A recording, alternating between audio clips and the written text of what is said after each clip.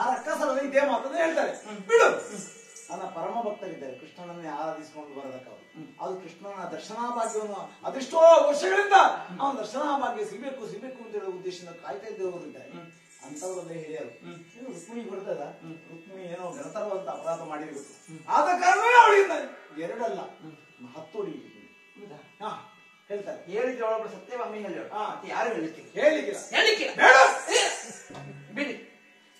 ನೀವು ಯಾರು ಹೋಗಬೇಕಂತ ಅಗತ್ಯವೇ ಇಲ್ಲ. ಮತ್ತೆ 16,008 ಮಂದಿ ನೀವು ಇಲ್ಲೇ ಹೋಗುದಾದ್ರೆ ಎಲ್ಲಿಗಂತೆ ಬೇಕಲ್ಲ. ಅನ್ನ ಕೊಟ್ರೆ 2 ದಿವಸ, ಆಮೇಲೆ ಮತ್ತೆ ಯಾರನ್ನ ಕೊಡುವ ಇರ್ಲಿಕ್ಕೆ ನಿಮ್ಗೆ. ಆಮೇಲೆ ನೀವು ಹೋಗಬೇಕಂತ ಅಗತ್ಯವಿಲ್ಲ. ಮದುವೆ ಮಾಡಿಸಿದ್ರೆ ಅಸಮರ್ಥನ ಆದಂತ ಆದ್ರೆ 8 ದಿನ ಅಸಮರ್ಥನ ನಾನು ಹೋಗ್ತೇನೆ.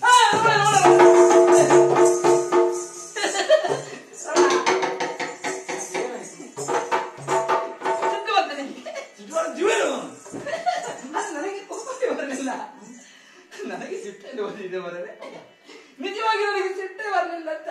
ನೀನು ದೊಡ್ಡ ದೊಡ್ಡ ಬಿಚ್ಚ ಈಗ ನಾನು ಅಪ್ಪನ ಮನೆಗೆ ಹೋಗ್ತೇನೆ, ಅಣ್ಣನ ಮನೆಗೆ ಹೋಗ್ತೇನೆ, ನನ್ನ ಕಾಯ್ತಿದ್ದಾನೆ, ನನ್ನ ನೋಡ್ತಿದ್ದು ಆಸರಿತಿದ್ದಾನೆ. ಕೆಲವು ದಿವಸದ ಹಿಂದೆ ಏನು ಆಲೋಚನೆ ಮಾಡಿದ್ದೆ. ಹಿಂದೆ ಅಣ್ಣನ ಮನೆಗೆ ಹೋಗುದು ನಾನು ಮನೆ ಬಿಟ್ಟು ಬಂದ್ರು ಮತ್ತೆ ತಿರುಗಿ ಕೂಡ ನೋಡ್ಲಿ. ನಾನು ಆಲೋಚನೆ ಮಾಡಿಸಿದ್ದೆ, ನನ್ನ ಗಂಡನಿಗೆ ಕಪಟ ನಾಟಕ ರಂಗ ಮತ್ತು ಬಿರುದುಂಟು. ಕಪಟ ನಾಟಕ ಸೂತ್ರಧಾರಿ, ಅವರ ನಾಟಕ ರಂಗ ಮುಗಿದವೆಲ್ಲವೂ ಅವನಲ್ಲಿ ಇರ್ತದೆ, ಬಿರುದುಂಟು. ಅವರ ಮುಂಭಾಗದಲ್ಲಿ ನಾನು ಒಂದು ಸಿಟ್ಟು ಬಂದ ಹಾಗೆ ನಾಟಕ ಮಾಡಿದ್ರೆ ಏನಾಗಬಹುದು? ಒಂದು ಪ್ರಶ್ನೆ ಬಂತು. ಇವತ್ತಿನ ದಿವಸ ಸಿಟ್ಟು ಬಂದ ಹಾಗೆ ನಾಟಕ ಮಾಡಿದೆ, ಹೇಗಿತ್ತು ನಾಟಕ ಒಳ್ಳೆದು. ಮತ್ತೆ ನಿಮಗೆ ಇಷ್ಟ ಆಯ್ತಲ್ಲ ನಾಟಕ? ಮತ್ತೆ ಆಗ್ಬೋದು. ನಿಮಗೆ ಸಿಟ್ಟು ಬಂತು ಈಗ ನನಗೆ ಸಿಟ್ಟು ಬಂದ್ರೆ ನೀನು ಉಳಿಬಹುದಾ? ಖಂಡಿತವಿಲ್ಲ. ಪ್ರಪಂಚ ಉಳಿಸಿದ ಹೌದಲ್ವಾ? ಖಂಡಿತ ಉಳಿಲಿಕ್ಕಿಲ್ಲ.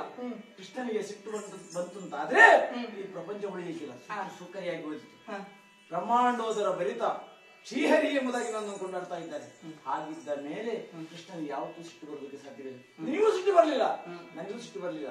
ನೀನು ಸಿಟ್ಟು ಬಂದಂತ ನಟಿಸಿದೆ, ಅದಕ್ಕೆ ಪ್ರತಿಯಾಗಿ ನಾನು ಅಡ್ಡಕಡ್ಡ ಮತ್ತೊಂದು ಗುಡ್ಡ ಉಂಟಲ್ಲ ಅದನ್ನು ನಾನು ನಿಮಗೆ ತೋರಿಸಿದೆ ಅಷ್ಟೇ.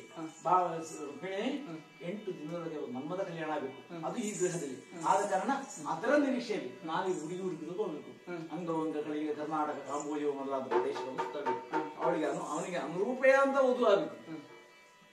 ಅಲ್ಲದಿದ್ದು ನೀವೇ ತಕ್ಕದಾದ ಸೊಸೆ ಆಗಿ, ಅತ್ತೆಗೆ ತಕ್ಕದಾದ ಸೊಸೆ ಆಗಿ ಹುಡುಕ್ಬೇಕಲ್ಲ. ಅದಕ್ಕೋಸ್ಕರ ನಾನು ಹೊರಟು ನಿಂತದ್ದು. ಸ್ವಾಮಿ ಸುಮ್ಮನೆ ಹೋಗ್ಬೇಡಿ, ಮತ್ತೆ ಹೊಟ್ಟೆಯಲ್ಲಿ ಏನಿಲ್ಲ. ಬೇಕಾದಷ್ಟು ಭ್ರಷ್ಟಾನ್ನ ಭೋಜನ ಸಿದ್ಧಗೊಳಿಸಿ ನಾನು ಬಂದಳು.